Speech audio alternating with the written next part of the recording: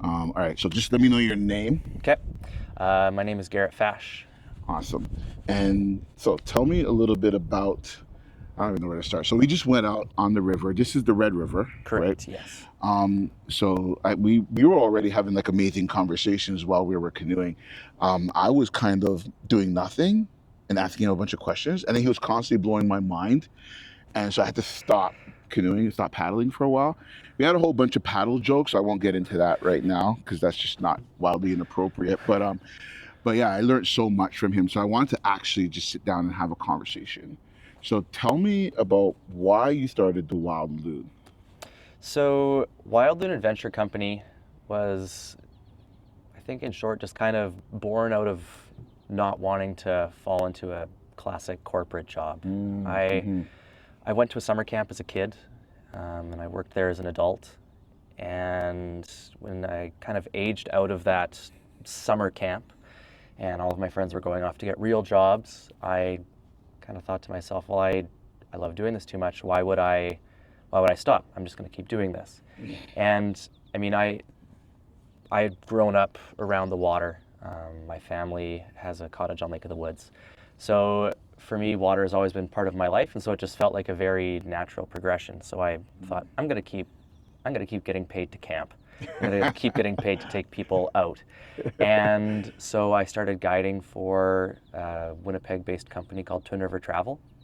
And when they closed, because the owners had kind of moved on to do different things in their lives, I used my savings to purchase all of the equipment, and that's kind of how Wild Loon was born. It had been a dream to always start a guiding business, but when opportunity knocks, you jump on it. Were you And scared so, though? Like, I mean, these are terrified. my savings, right? Yeah, Like, 100%. I was like, well, here's all the money that I've saved. I'm going to buy a bunch of camping equipment. And I mean, anytime you start a business, there's always a roll of the dice. yeah, for sure. And it's worked out more than I could have ever imagined. Oh, I've that's been amazing. very, very lucky. Oh, yeah. So, okay. So you took the chance. Now, in the canoe, you were talking about, because you are Métis. Hmm. So you were talking about. So walk me through that because the way you were explaining, well, and we'll get about how you incorporate Indigenous into your tours. But uh, you said from the beginning you didn't embrace it right from the beginning. You always knew that you were a Hmm. Métis, but you didn't really fully kind of embrace it until a little bit later in life. So walk us through that journey. Absolutely. Yeah, I mean, being, coming from a Métis background, it's never been a secret or anything that, my family has shied away from. But we never grew up in the culture of it all, and that's not an uncommon story. Hmm. And it was something that later in life, or not later in life, but in the latter portion of my life up to this point, in my kind of mid 20s was when Okay, I see. I had some experiences on the river, and things kind of felt like they made sense, and I wanted to dive more into that kind of journey into my own personal indigeneity. Mm. And it's been a large learning process, as well as unlearning process, and I've been very, very lucky to have a lot of incredible knowledge keepers, elders, teachers in my life that have really brought a lot of the culture in for me. And every time that I'm doing any of this, it always just feels right to do. Right, right. Okay, so hopefully I'm gonna edit this, but hopefully it won't be too loud. But we have the mics are really close to us, Yeah. so it should be okay. Just wondering if the fire department's about to launch into the. What do they usually do? Usually they don't launch unless there's something that they have to do. Ah, Kind of. I'm not too sure if.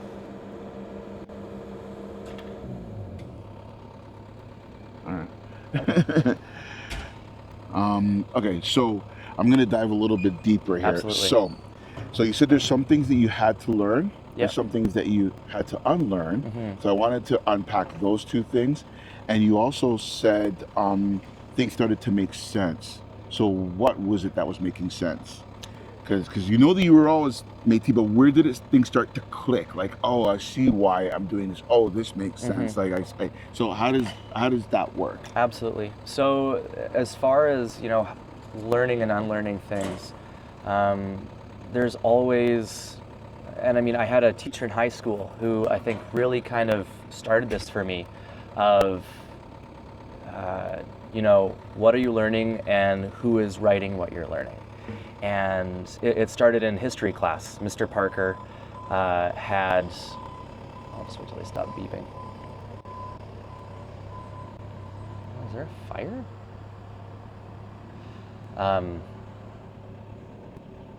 My history teacher, Mr. Parker, had us look at our history textbook, and it was even, what language is being used. So if there was ever conflict, which there always was, between like colonizers and indigenous peoples, if the British won a battle, it was called a battle. If the indigenous peoples that they were fighting against won a battle, it was called a massacre. So it was even like trying to figure out these kind of unconscious biases that we were, you grow up learning and it doesn't even click. Like language is so important. And so it was even kind of looking at things like that and saying, okay, so what am I learning right now? Where is it coming from? And what is the language being used around it? So even just changing that little bit of framework has really kind of moved forward of like, what do I need to unlearn and relearn so that we're coming to things from a, true, proper perspective. And that made a huge impact on me as a kid when I was in high school. And, the more I talked with elders and knowledge keepers, it just started to, come up more and more of like, well, this is very much more a truthful perspective as compared to how I had learned it previously. So when I say, unlearn things, relearn things, a lot of it comes from that kind of thing of, what's the language being used around it? Are we creating these unconscious biases around people that, I mean, you grow up not wanting to have bias towards different groups of people, but when you start to unpack why you may have these, it's kind of built into the framework. Wow, it's almost like some kind of like hidden message within the wording that subconsciously makes you think a certain way about a certain group of people and differently about a different group of people. 100%. Because battle sounds like heroic, yeah, and massacre sounds like like you're doing it to yourself, or it was like more. I don't know what's the proper word, but massacre is just a disgusting word. Like, yes. It sounds like you're doing things that. Like when I hear massacre, I'm thinking people's heads getting cut off, arms, like, like really ugly, disgusting stuff, right? Whereas a battle is probably the same, but a battle just sounds more heroic, like, You're removing the human element from these people, and I mean that was always makes it sound like animals. Exactly, it's always been such a huge thing. It's just like the indigenous people are savages, and that was what was pushed for so long, and this. Even just like in the textbooks that you're learning from, things that you would never pick up on, and people would say like, I'm not racist, and that's, people aren't coming from a place of hate, but if you've grown up learning that, it builds these unconscious biases that are hard to step away from. So when I say learn and unlearn, that's the kind of thing that I'm talking about. Yeah, and I'm not to digress, but I had this conversation a few times with Gordana, who's my wife. She's Croatian. And when we first met, she would say things like, well, I don't see color, right? And I would have to tell her like, but you have to see color in order for you to see what we have to deal with. 100%. Right? Because for us it's obvious, what I mean? For other people it's not. But I get where she's coming from though, you know what I mean? Because really she loves me for me. Yes. That's what she's trying to say. Yep. But to your point, it's a matter of changing, just shifting to that kind of wording. Because I hear that so many times from people. Oh, I don't see color, But you need to. And like as a very white passing indigenous person, like the French really came through on the Métis side for me. Like there's, like I don't get profiled when I walk into stores, but if I am with, there's friends of mine who do all the time. And so it's, to your point, you need to see that because people are walking through life in very different worlds simply just because of how they look. Yeah, yeah. And so, yeah, language is very, very important, and that's kind of what to that point there. Who would have thought that just going out on a canoe trip would just be so much depth? I absolutely love it, though. Okay, so one of the things that you were talking about is very different in terms of how you run your tours, which Yes. makes sense because now at this point you've embraced Métis, and you're fully 100% in it. So I've been on a lot of canoe tours myself, and usually it's just your typical. And over here we have this limestone thing that's been here for generations, and over here we have, and it's more just like, okay, this is great. Um, but you try to make sure you're incorporating indigenous customs and traditions into your tour. So what separates your tour from another typical kind of canoe tour? Should we wait for these two boats to launch Yeah, and that's leave? a good idea. Cool. I'll just let it record. But How was the fishing? Not very good. Oh, we've got engine problems. We have to come in. Oh, that's not good. We start to see fish, and we have to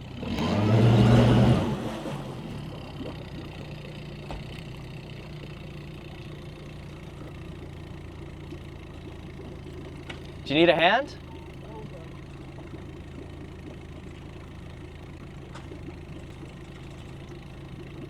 I wonder where the fire department's going out. do they do regular patrols or? This looks... Well, they're not moving at the rescue pace, so maybe it's just a patrol? I hope it's just a patrol. Yeah, I don't see any fires. I mean, we would.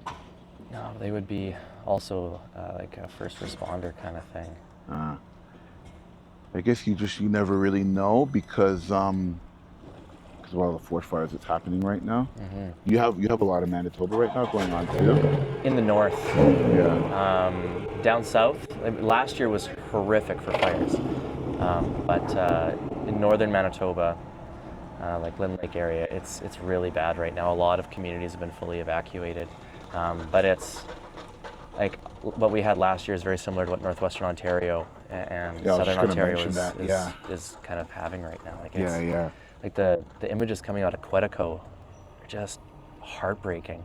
Like you see a lot of the camps that have like cedar canoes sinking their boats underwater to protect them. Like it's this dystopian look of these boats just like sunken underwater. It breaks my heart to see that, but I mean, First Nations people have done that for forever to protect their stuff. Really? Yeah. Wow. Huh. I mean, it makes sense. The fire's not going to get them underwater. Yeah. I don't know how long these guys are going to be here. But would it be easier if we moved? Probably. Or because they have that offset engine running thing. So I'm not sure what they're doing with that. oh, are they just washing? Oh, they're just washing the mud off. I don't know, we can move it to the picnic table. It'll probably be quieter up there. Yeah, sure. Sorry about that. No, it's not your fault. Do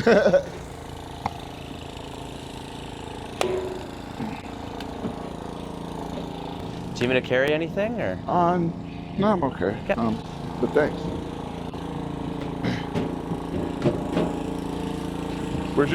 We're all like so polite, and even though we will always ask if someone needs help, and the person will always say no, even though they probably might need help. It's such a thing.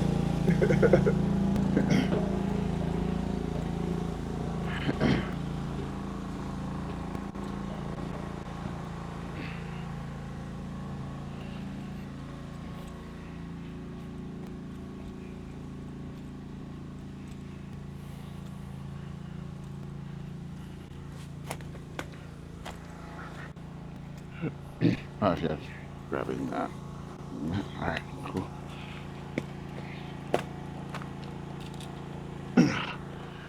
Awesome. Okay, so let's see how we look. I guess we can sit here still. Sure. Yeah, I'll just throw this over on this side.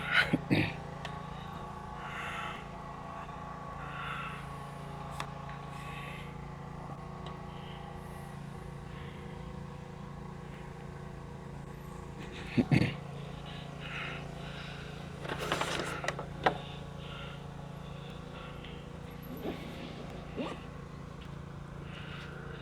were both in the shot, right?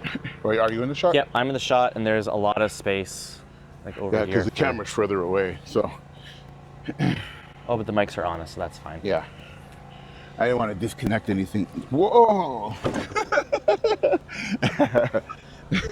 What the heck?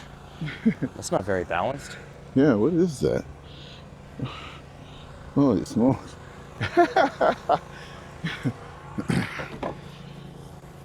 Well, I guess it is on a, oh, yeah, the chips have just fallen out from under that side there. ah.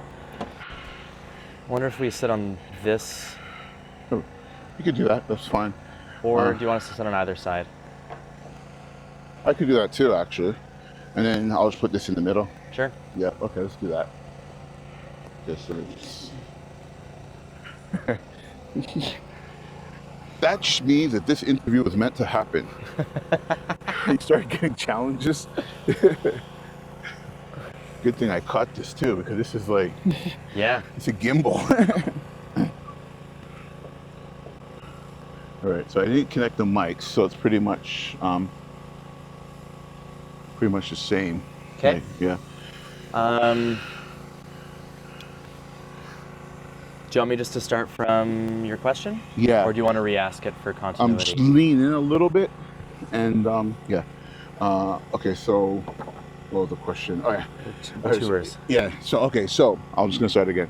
So in terms of different types of tours, because I've been on many canoe tours, well, a few, and they do your typical stuff. They take you out on the water, and for most people that's good enough, right? It's something that's different.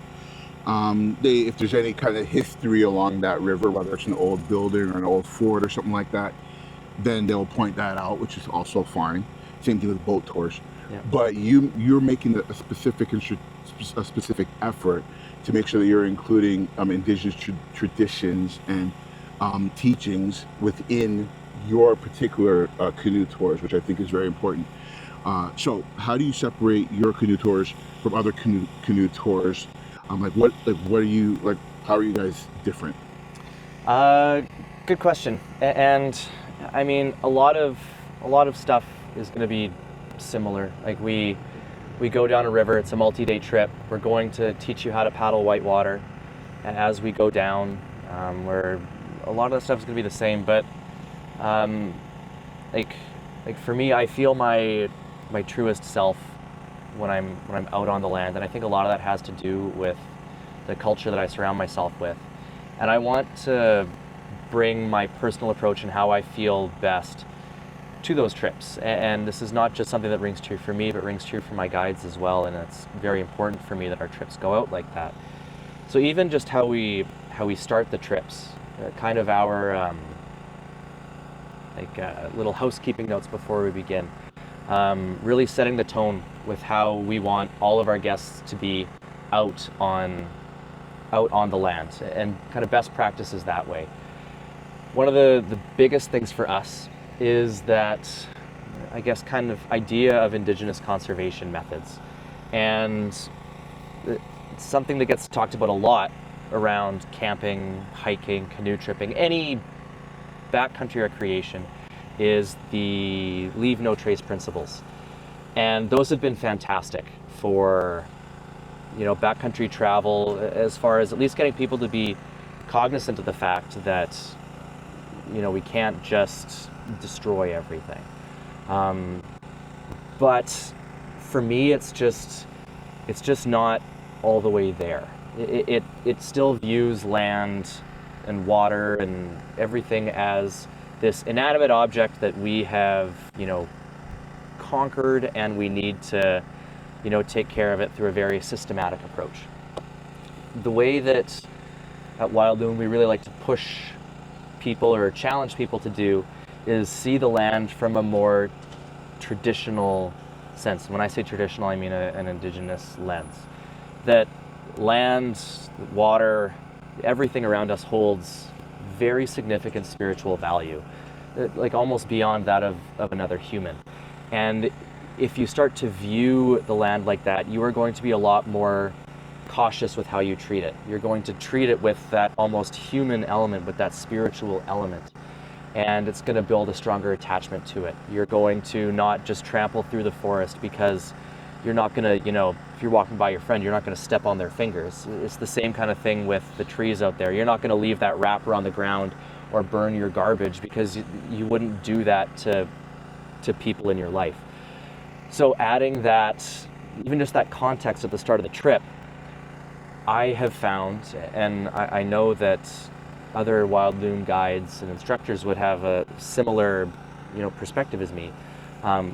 We find that people do change how they are out on the land, and they'll even say it like, I haven't acted like this before, but just by changing that framework, altering that mindset, it just, right at the start of the trip, changes how you make your way down the river, and just adds a much deeper respect and understanding to where you're traveling, and just increases that level of why we want to be sustainable, why we want to protect these areas. Because it's not just, we're not conquerors, we're collaborators. You got to work with where you are. And if you work with the land like you would work with a family member, a friend, anyone, you're going to work with it on a much stronger level. I love that answer. Yes, it's very, even just looking at it from that perspective, just completely changes how I want to even interact with nature. 100%. Just with that conversation alone, Yeah. I just, by you saying that, I'm already looking at everything differently. I mean, I'm not necessarily saying I'm going to go and start hugging trees. I mean, you could do that if you want. There's nothing wrong with that. I'm just saying that you almost feel like you want to. Yeah. Just by how you put it. You know what I mean? Because the trees are your friends. So I see that, and it does change. And I do my best, and I think the average person does their best in terms of, as we talked about in the canoe, like surface level stuff. Like I refuse to throw garbage on the floor. So I put it in my pocket and hold on to it till I actually come to a garbage can. Like, I'm like that. And that's really just surface level. I think we should all be like that. But what you're talking about is completely different. So that's another level. I actually love that you're bringing that into your tours. I think that's beautiful. It just changes, and the more that people get attached to it, the more they want to protect these areas, and the more we work towards, that just like cohabitation with all of these beautiful areas that really hold a lot of very important spiritual significance. Sorry, I don't understand. It's okay, Siri. No one's talking to you. But I don't want to diminish from like things even like putting garbage in your pockets. Like, every little step counts, and people often get lost in that idea of like, well, why is me doing this one little thing gonna make change? And I changed my light bulbs, and then there's a giant oil spill, and that's massive issues, but little changes add up, and changing the way that you live adds up, and changing the way that you perceive things adds up, and just the more that we can inspire change and build that change, as it creates a cultural shift. And changing those cultural shifts will change the way that people vote, which changes the way that laws get put into place, which changes how it affects large corporations. Like, it's not an immediate fix, but it builds. I see what you're saying, and the thing is that I think that's where a lot of people get lost. And I was joking earlier about tree hugging, but I think that's what people think that is. 100%. You know what I mean? Like, so, you want me to become a tree hugger? No. Not that there's anything wrong with that. Yeah. But I think what you touched on is actually key, because I sometimes feel like that too. Like, it's so easy to get lost in that. Yeah, but especially when you're paying things like, and I don't want to go off topic, but things like carbon taxes and all those kind of things. Like, I get all of that, right? But then the easy argument or easy excuse would be to say, well, Canada, when compared to other countries, is not polluting as much as other bigger countries or other countries, right? Yeah. So then it sort of becomes like, to your point, well, if I do this, like, who am I to just do this one little thing? Yeah. But you see, what you just said, like, before this, actually is the mindset that needs to happen. Because the more people that see that, just that simple shift in just simply treating nature like your friend, right? That changes everything. And the more individual people that start to have that same kind of mind shift and start to think along those ways Yeah. is actually the change that's needed. Because one of those mind shift people will be someone that owns an organization. I don't know who might be watching this podcast. Someone might hear that and be like, oh, wow, I never thought about that. Let me change. Like, you know what I mean? Yeah. So it starts with you as one person, but then it multiplies like everything else does. Yeah. So I think it's not to give up or not to say it's useless. You are just one person, but you're not though, because if Yeah, exactly. everyone is that one person, everyone who's saying they're just one person, Yes. that's like a million people. That's a ton of people. All saying I'm just one person, just one right? person. So yeah, no, I hear you. Yeah, and like it's okay to not be perfect. I'm not. I take plastic boats into the backcountry. Little bits of the plastic rubs off. No one is perfectly sustainable. That is just in today's modern framework. It's not possible, and that's also okay. But doing what you can, like on our canoe trips, we work really hard to, buy produce from local farmers. We work really hard to use reusable bags for everything that we can. And we're not perfect, and that's okay. Yeah. But make changes where you can, and just alter that framework and think about what you're doing of, is this the convenient thing or is this the beneficial thing? And I like that, because a lot of people, that's another argument with the plastics, because unfortunately or fortunately, however you want to look at it, like you can't realistically eliminate plastics from everything. No. You just can't. It's too far embedded in every single thing that we have and use. So that's not realistic to say that we're just going to get rid of it. No. Right? But I like the approach of being more mindful about it and changing the things that you can change. And that involves, water bottles, like having your own water bottle and filling it up and things like that.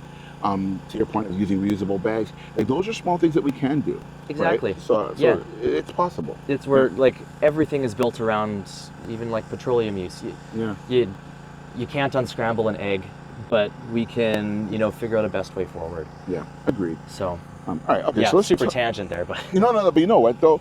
I love it because the nature and sustainability is very intricately connected to indigenous way of life. Yeah. So it's always an important conversation to have in any setting. It actually doesn't matter because it comes up no matter who I'm speaking to. Yeah. It always comes up. So it literally is an intricate part of everything. Like, again, we're going to go on another tangent, but even the hotel, like they try to pump fresh water through their all the taps that they're using, just so you can refill your water bottle as opposed to having to give you plastic bottles. Yeah. Just little mind shifts, things like that. So everyone is doing that. They are trying to. So to your point, like you do what you can. Do what you can. And this conversation will always come up, and it's fine. I like having it. It's completely fine. But let's talk about your tours. Absolutely. So where are you currently operating, and where can people find your tours if they want to take them? For sure. So we primarily operate in southeastern and northern Manitoba, so all within the Treaty 5 territory of this province. Okay. And we do river trips primarily. So you can find us on our socials, Wild Loon Adventure Company, or our website, wildloonadventureco.ca. Okay. And for our trips, the shortest one is 4 days, the longest one is 16 days. Wow. And Holy so smokes. it's this is not no up and down the river. it's not. We do some day tours on occasion, but our kind of bread and butter is these what we call all-inclusive river trips. And Nice. Okay. I just want to be very upfront. This is not all-inclusive Sandals Resort because we're carrying everything on our backs. When I say all-inclusive, I am referring to if you booked a trip, you would show up with all of your clothing. Like we would send out a packing list. You would show up with your stuff, and we provide everything else. So we have the dry bags for you to put your gear in. We have the tents, the sleeping pads, the sleeping bags, the food. You don't have to plan the trip. You don't have to pack everything for the trip. You just show up with your clothes, basically. Perfect. We also do paddling courses because we also recognize there's a lot of people that have the means to do their own canoe trips, but might not necessarily have all of the skills yet to do it. So they will take a whitewater paddling course from us. build up their river skills so that they don't have to portage every rapid. They can go and paddle down the rapids. Right. So those are kind of our two big things. And with the summertime right now, we're very much in our guiding season. Nice. So we are running canoe trips kind of all up the east side of Lake Winnipeg. It's like the Blood Vein River, the Manicotagan River, and the Pigeon River are three of the rivers that we operate on. We operate on some other smaller ones as well, but those are our kind of big tours. And then our kind of big premier trip, if you will, the Hayes River, which flows into Hudson Bay. So that ends at York Factory. Wow. It's kind of like the birthplace of Canada in a lot of ways. Wow, okay. Right on the Hudson Bay. Yeah, okay, yeah. And I'm thinking about, I keep forgetting that we're actually neighbors in terms of provinces, me being from Ontario. Yeah, I mean, so like, it makes sense. We share the same, anyways. Yeah. Okay, so two last questions. Okay, so one is, what do you want people to take away when they take your tours? What's your dream? And the other question is, how did you come up with the name Wild Loon? I know what a loon is. They might not know what a loon is. Canadians know what a loon is, but for the American audiences, they might not know what a loon is. So takeaways from our trips, we work, and it almost sounds counterintuitive, we work really hard to give people the skills to be able to do a trip on their own. And it's not like we're trying to not have repeat guests. I love when people come back. But I want people to leave these trips feeling that empowered, that they learned something, that they're coming away with skills that they didn't start the trip with. Right, okay. And just for me, I really found myself on canoe trips. It felt so cool to be able to feel like, wow, I have the skills to, make this boat move how I want it and be out here